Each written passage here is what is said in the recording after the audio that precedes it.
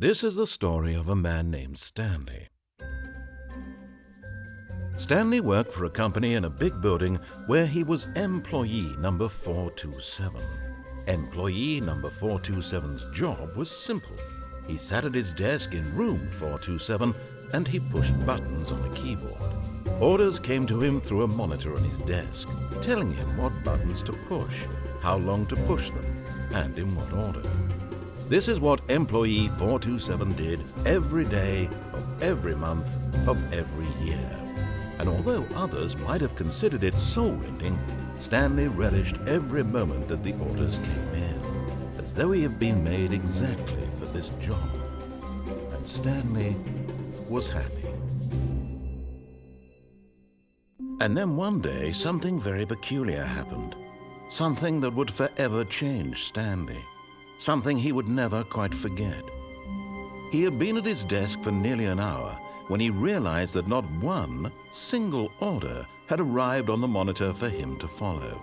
No one had showed up to give him instructions, call a meeting, or even say hi. Never in all his years at the company had this happened, this complete isolation. Something was very clearly wrong. Shocked, frozen solid, Stanley found himself unable to move for the longest time. But as he came to his wits and regained his senses, he got up from his desk and stepped out of his office.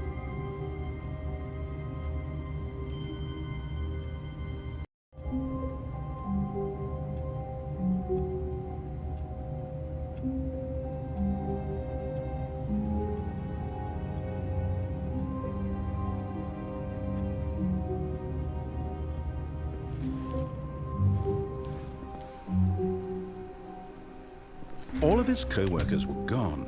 What could it mean? Stanley decided to go to the meeting room. Perhaps he had simply missed a memo.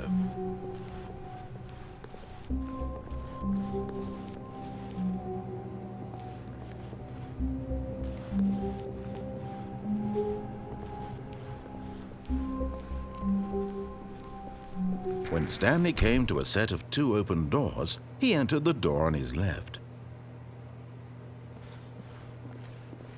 This was not the correct way to the meeting room, and Stanley knew it perfectly well. Perhaps he wanted to stop by the employee lounge first, just to admire it.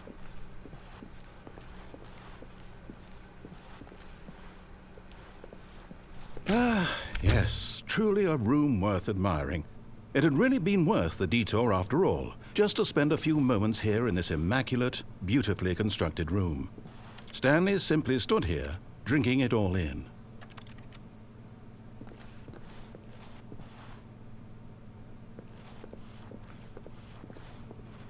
But eager to get back to business, Stanley took the first open door on his left.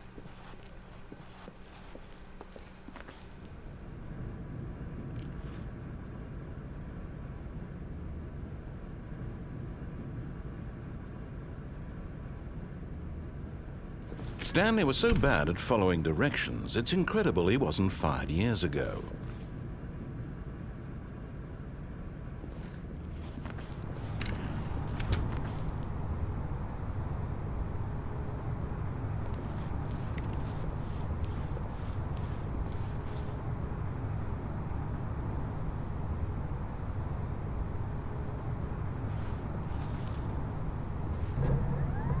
Look, Stanley, I think perhaps we've gotten off on the wrong foot here.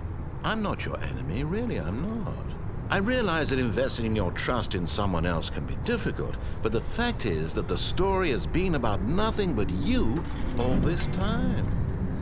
There's someone you've been neglecting, Stanley. Someone you've forgotten about. Please, stop trying to make every decision by yourself. Now, I'm not asking for me, I'm asking for her. This is it, Stanley. Your chance to redeem yourself, to put your work aside, to let her back into your life. She's been waiting.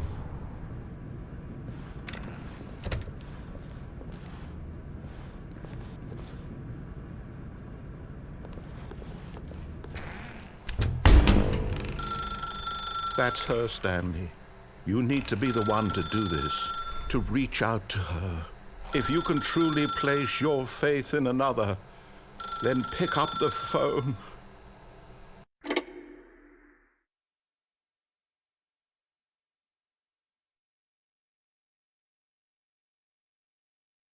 Oh, Stanley, is that you? Hold on, sweetie. Sorry to keep you waiting. I'm just pulling the bread out of the oven. All right. Okay, there we go.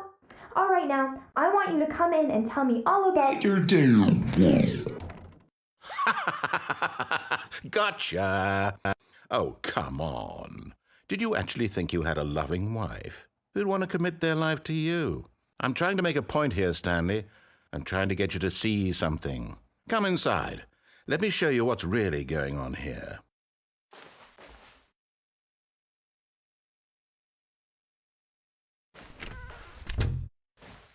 This is a very sad story about the death of a man named Stanley.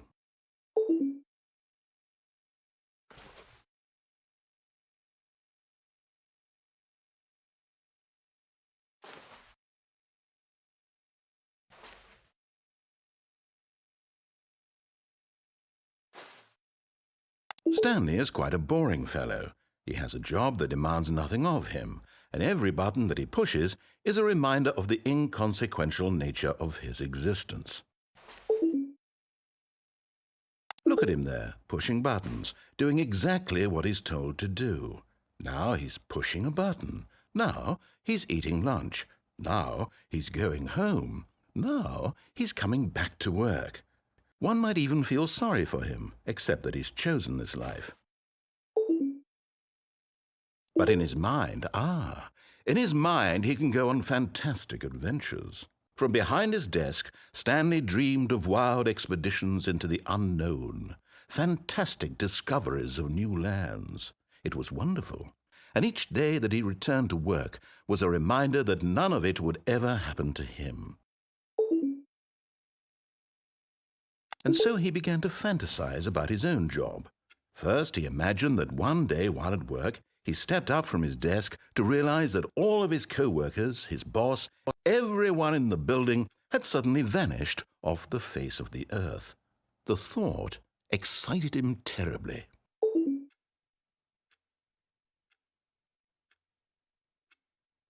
So he went further.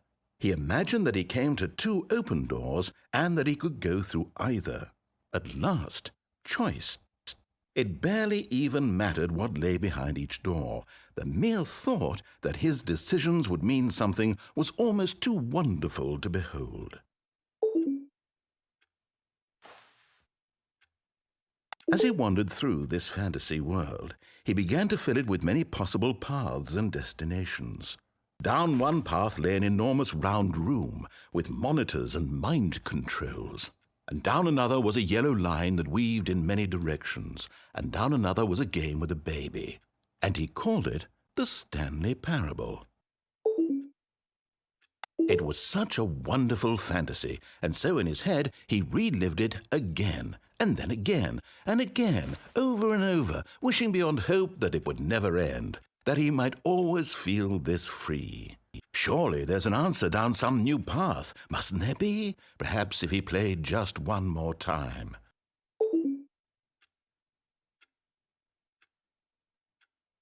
But there is no answer. How could there possibly be? In reality, all he's doing is pushing the same buttons he always has. Nothing has changed. The longer he spends here, the more invested he gets, the more he forgets which life is the real one. And I'm trying to tell him this, that in this world he can never be anything but an observer, that as long as he remains here, he's slowly killing himself. But he won't listen to me. He won't stop. Here, watch this.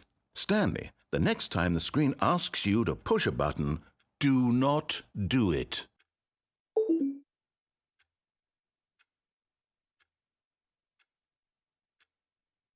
You see? Can he just not hear me? How can I tell him in a way that he'll understand that every second he remains here, he's electing to kill himself? How can I get him to see what I see? How can I make him look at himself? I suppose I can't, not in the way I want him to. But I don't make the rules. I simply play to my intended purpose, the same as Stanley.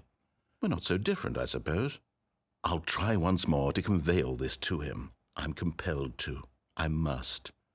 Perhaps, well, maybe this time he'll see. Maybe this time. And I tried again, and Stanley pushed a button. And I tried again, and Stanley pushed a button. And I...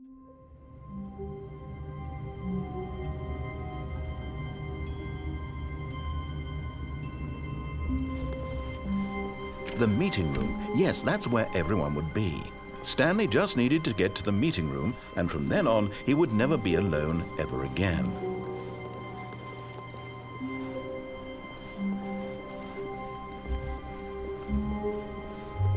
When Stanley came to a set of 2 open doors, he entered the door on his left.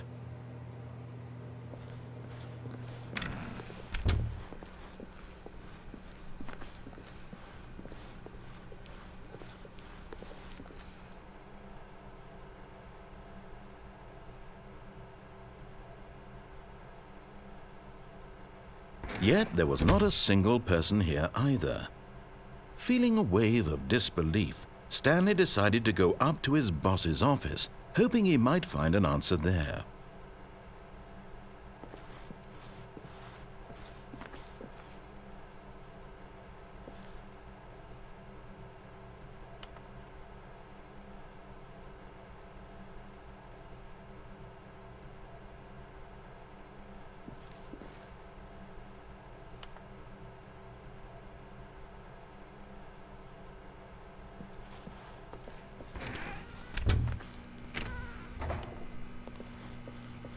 Stanley stepped into the broom closet, but there was nothing here, so he turned around and got back on track.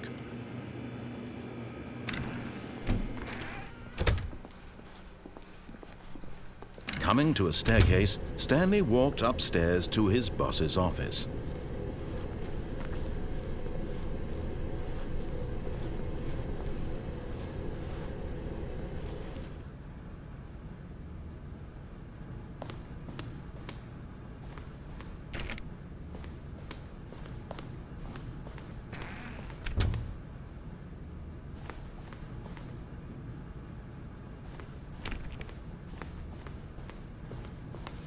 Stepping into his manager's office, Stanley was once again stunned to discover not an indication of any human life.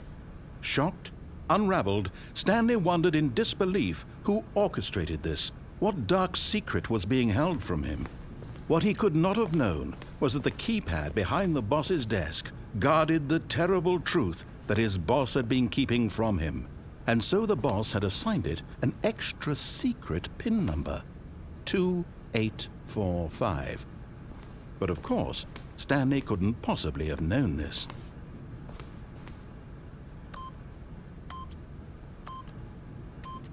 Yet incredibly, by simply pushing random buttons on the keypad, Stanley happened to input the correct code by sheer luck. Amazing. He stepped into the newly opened passageway.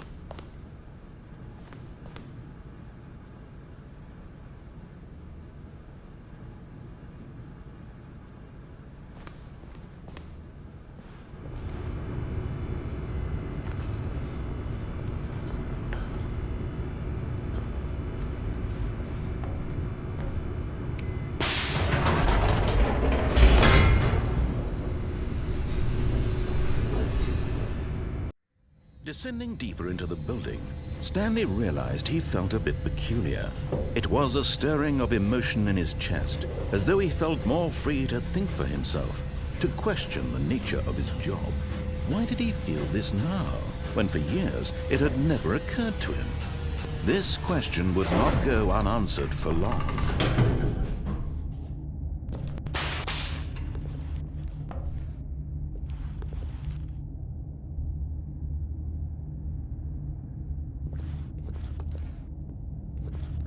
Stanley walked straight ahead through the large door that read Mind Control Facility.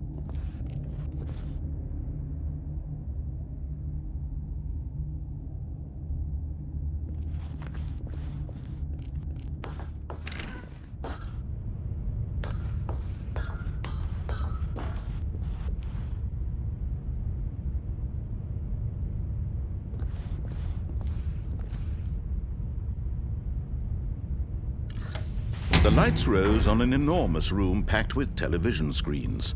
What horrible secret did this place hold? Stanley thought to himself. Did he have the strength to find out?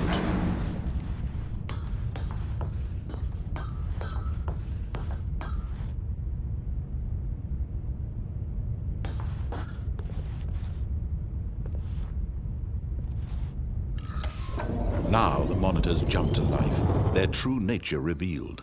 Each bore the number of an employee in the building, Stanley's co-workers. The lives of so many individuals reduced to images on a screen, and Stanley, one of them, eternally monitored in this place where freedom meant nothing.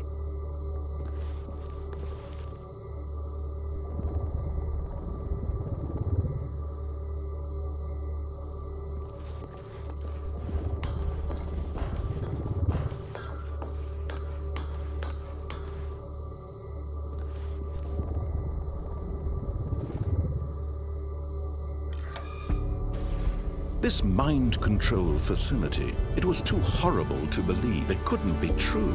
Had Stanley really been under someone's control all this time? Was this the only reason he was happy with his boring job? That his emotions had been manipulated to accept it blindly?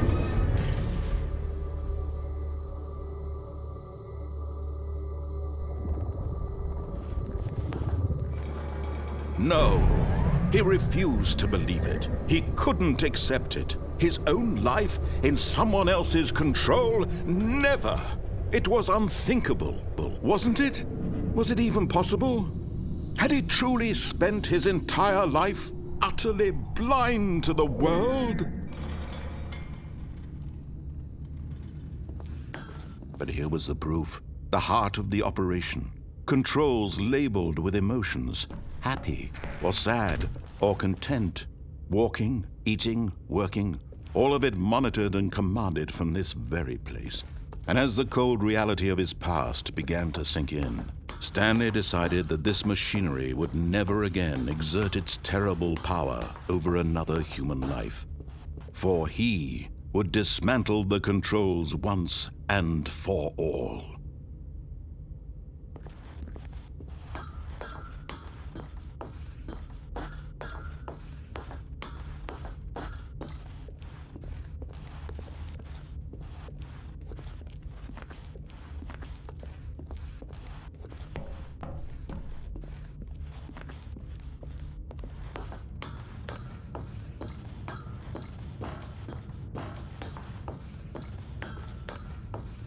And when at last he found the source of the room's power, he knew it was his duty, his obligation, to put an end to this horrible place and to everything it stood for.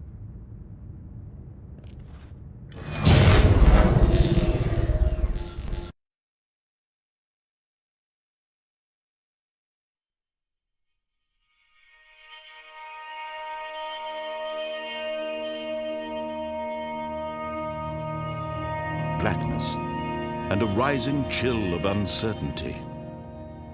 Was it over?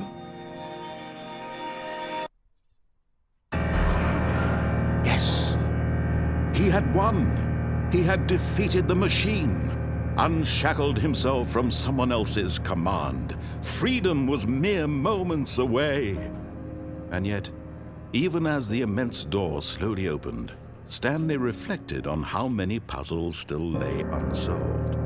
Where had his co-workers gone? How had he been freed from the machine's grasp? What other mysteries did this strange building hold? But as sunlight streamed into the chamber, he realized none of this mattered to him, for it was not knowledge or even power that he had been seeking, but happiness. Perhaps his goal had not been to understand, but to let go. No longer would anyone tell him where to go, what to do, or how to feel. Whatever life he lives, it will be his. And that was all he needed to know. It was perhaps the only thing worth knowing. Stanley stepped through the open door.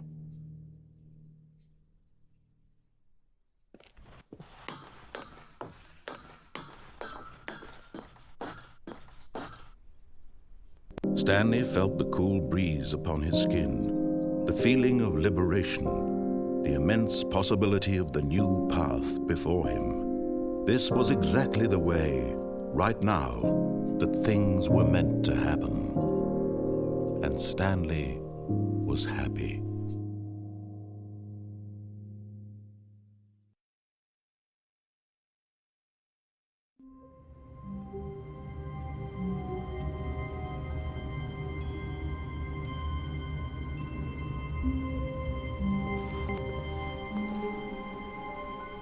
All of his co-workers were gone. What could it mean? Stanley decided to go to the meeting room. Perhaps he had simply missed a memo. When Stanley came to a set of 2 open doors, he entered the door on his left.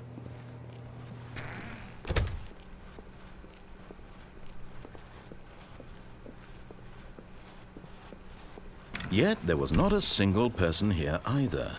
Feeling a wave of disbelief, Stanley decided to go up to his boss's office, hoping he might find. Coming to a staircase, Stanley walked upstairs to his boss's office.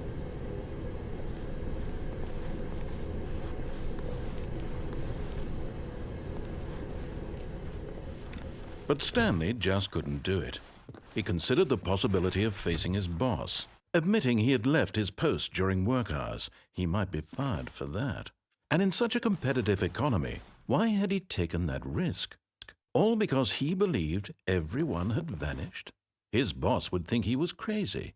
And then something occurred to Stanley. Maybe, he thought to himself, maybe I am crazy. All of my co-workers blinking mysteriously out of existence in a single moment for no reason at all? None of it made any logical sense. And as Stanley pondered this, he began to make other strange observations. For example, why couldn't he see his feet when he looked down?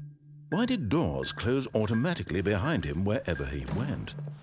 And for that matter, these rooms were starting to look pretty familiar. Were they simply repeating? No, Stanley said to himself, this is all too strange. This can't be real. And at last, he came to the conclusion that had been on the tip of his tongue. He just hadn't found the words for it. "I'm dreaming!"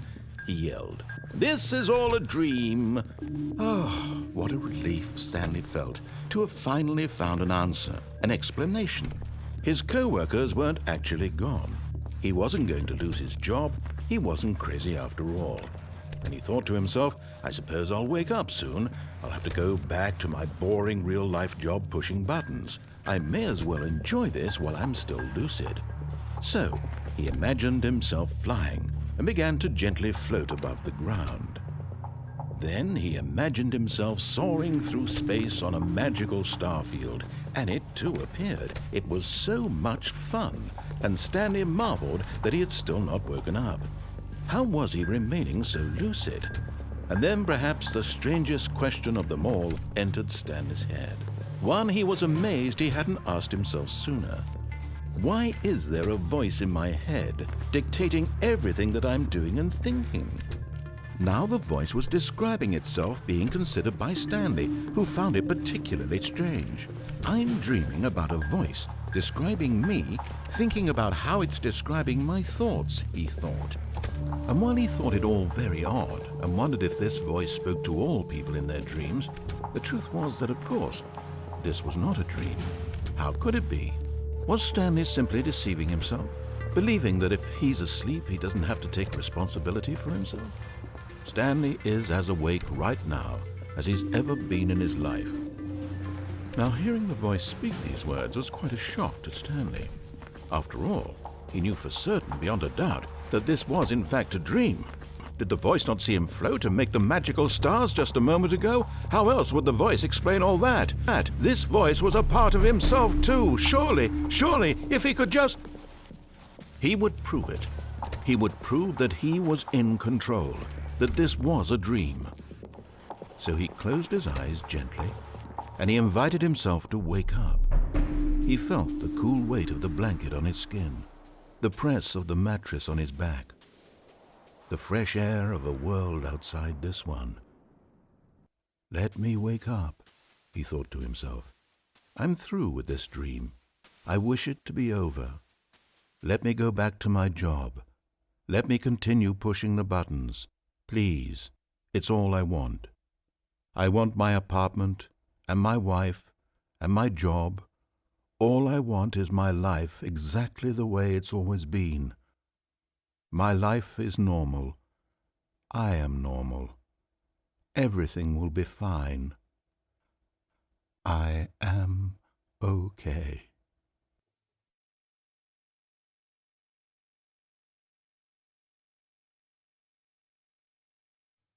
Stanley began screaming.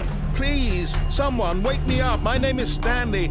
I have a boss. I have an office. I am real. Please, just someone tell me I am real. I must be real. I must be. Can anyone hear my voice? Who am I? Who am I?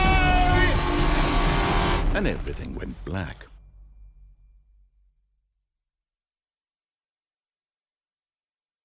This is the story of a woman named Mariella. Mariella woke up on a day like any other. She arose, got dressed, gathered her belongings, and walked to her place of work. But on this particular day, her walk was interrupted by the body of a man who had stumbled through town talking and screaming to himself, and then collapsed dead on the sidewalk. And although she would soon turn to go call for an ambulance, for just a few brief moments she considered the strange man. He was obviously crazy, this much she knew. Everyone knows what crazy people look like. And in that moment, she thought to herself how lucky she was to be normal. I am sane. I am in control of my mind. I know what is real and what isn't. It was comforting to think this, and in a certain way, seeing this man made her feel better. But then she remembered the meeting she had scheduled for that day. The very important people whose impressions of her would affect her career, and by extension, the rest of her life. She had no time for this, so it was only a moment that she stood there, staring down at the body. And then she turned and ran.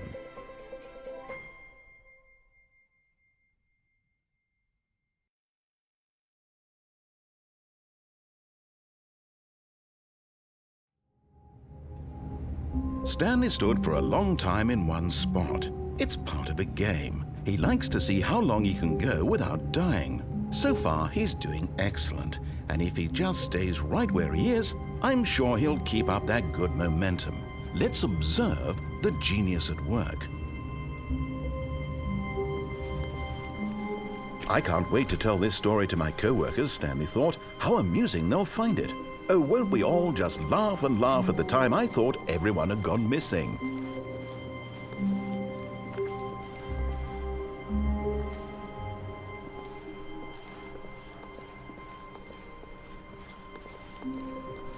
When Stanley came to a set of 2 open doors, he entered the door on his left. This was not the correct way to the meeting room, and Stanley knew it perfectly well. Perhaps he wanted to stop by the employee lounge first, just to admire it. Wow, yes, this room. What a beautiful room. What a gorgeous, gorgeous room. Thank goodness Stanley had taken this, but eager to get back to business, Stanley took the first open door on his left. And so he detoured through the maintenance section, walked straight ahead to the opposite door, and got back on track.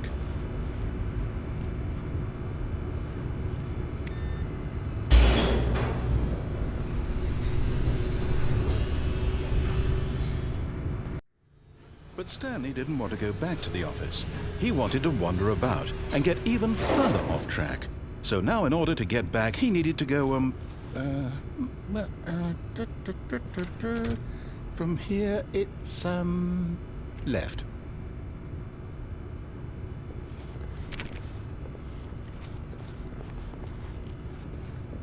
Oh, no, it's to the right, my mistake. No, not the right. Why would I have ever said it was to the right? What was I thinking?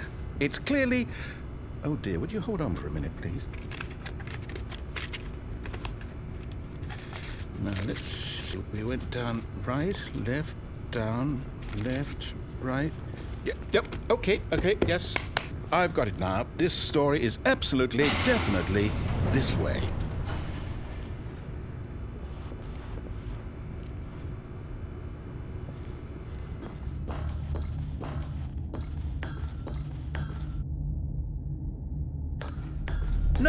No, no, no, no, no, no, no, no. This isn't right at all. You're not supposed to be here yet. This is all a spoiler. Quick, Stanley, close your eyes.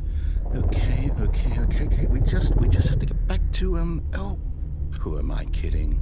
It's all rubbish now. The whole story completely unusable. How about, rather than waste my time trying to salvage this nonsense, we'll just restart the game from the beginning. And this time, suppose we don't wander so far off track, hmm? Okay, from the top.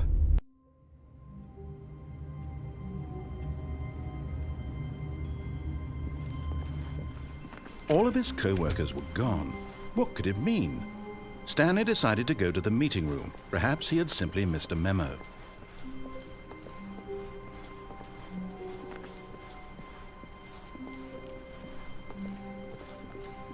When Stanley... Wait, what?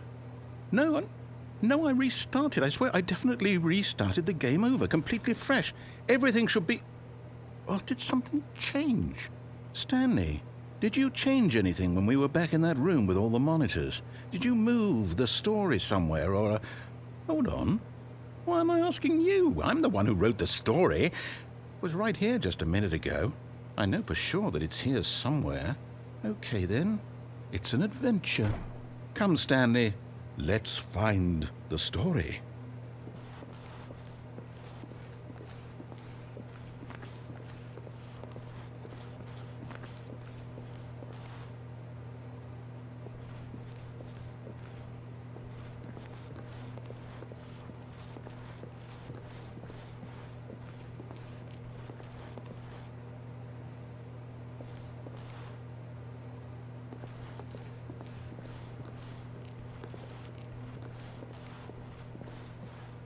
I'll say it. This is the worst adventure I've ever been on. I can promise you there definitely was a story here before. Do we need to restart the game again? Well, I find it unlikely that we'll ever progress by starting over and over again, but it's got to be better than this. Okay, let's give it a shot. Why not? All of his co-workers were gone. What could it mean? Stanley decided to go to the meeting room. Perhaps he had simply missed a memo.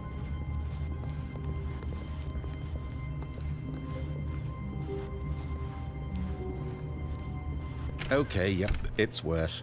I might be remembering this wrong. It's possible the story is back where we just came from. Why don't we go back the other direction and see if we missed anything?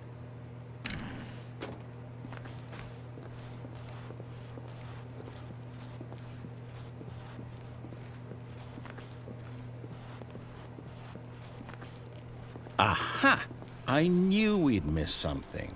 The story. Here it comes. No, wait, never mind. Not the story. Okay, let's head back the other way and retrace our steps. Now this... Well, I'll be honest, I don't recognize this place at all. Is this the story? I don't think so.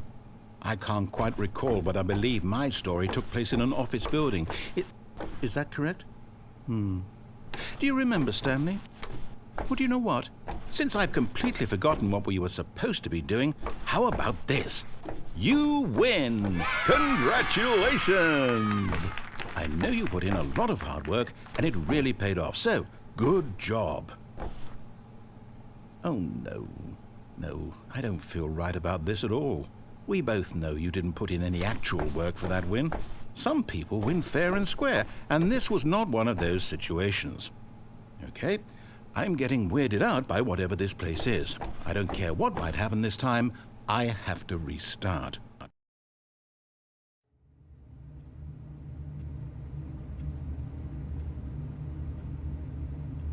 All right, I've got a solution. This time, to make sure we don't get lost, I've employed the help of the Stanley Parable Adventure Line.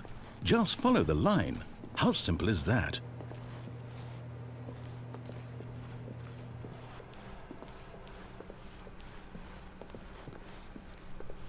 No, I'm down. We're leaving it up to the line from now on.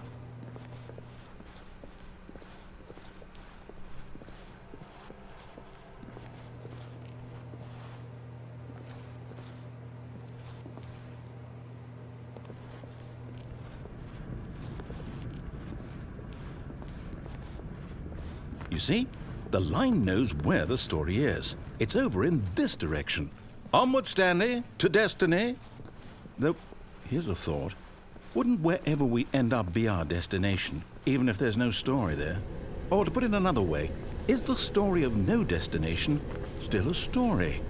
Simply by the act of moving forward, are we implying a journey such that a destination is inevitably conjured into being via the very manifestation of the nature of life itself? Whoa.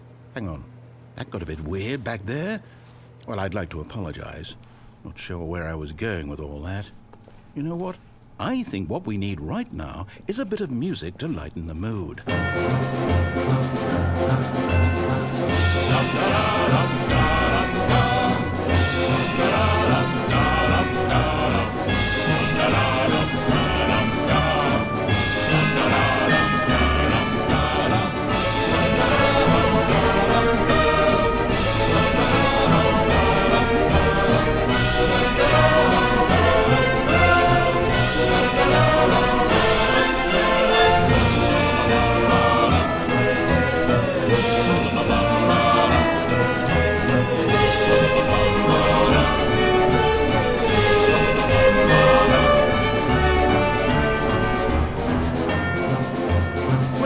Cut the music, go back and look at that fern.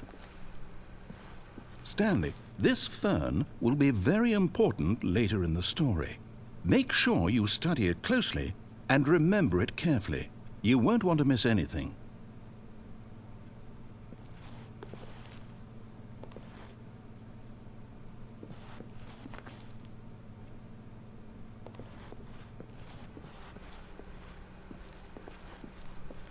Wait, what? We're back at the office? No. Line, you do know we're looking for the Stanley Parable, right? The story? Is any of this ringing a bell? Oh, no, not again. Line, how could you have done this to us? And after we trusted you, after everything we've been through, you... Oh, I can't take this anymore. To hell with it. Restart.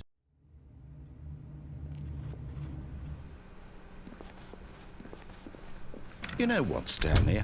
I say forget the adventure line. What's it ever done for us? We're intelligent people, right? Why can't we make up our own story? Something exciting, daring, mysterious. Ooh, this all sounds perfectly doable. Why don't we simply start wandering in, well, I don't know. How about this direction? Now, yes, this is exciting. Just me and Stanley forging a new path, a new story. Well, it could be anything. What do you want our story to be? Go wild. Use your imagination. Whatever it might be, Stanley, I'm ready for it.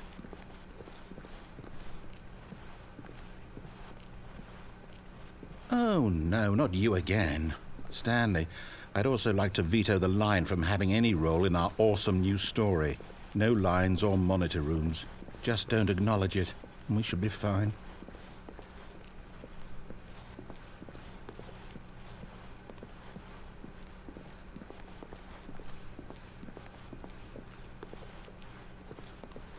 Ah, a choice. We get to make a decision. From here, the story is in our control. How important we mustn't squander the opportunity.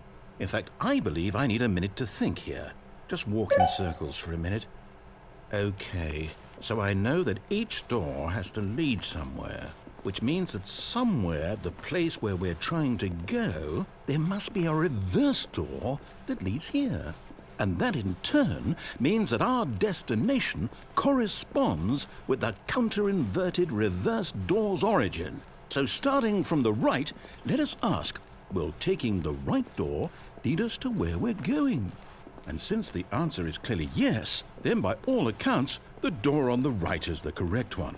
Another victory for logic. Come, Stanley, our destiny awaits.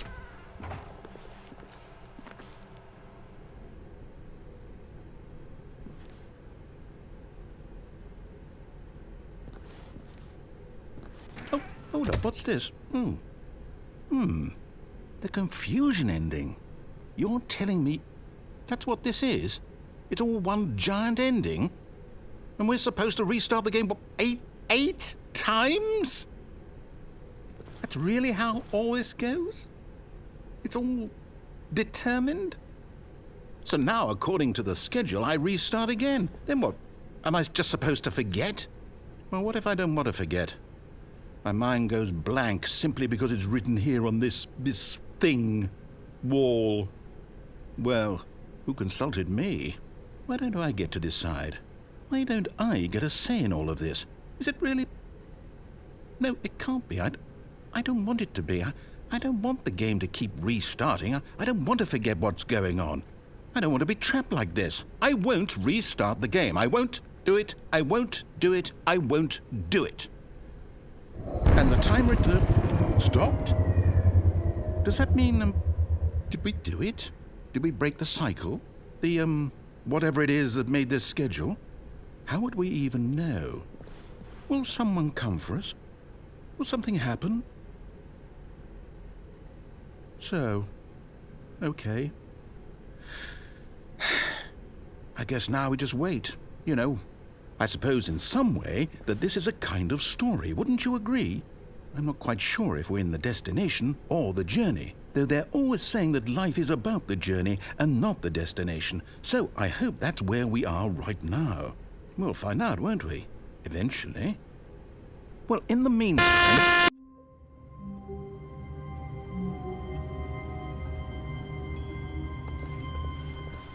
All of his co-workers were gone. What could it mean? Stanley decided to go to the meeting room. Perhaps he had simply missed a memo.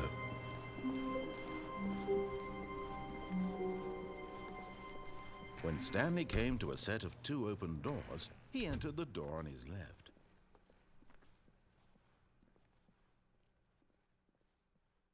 Yet there was not a single person here either.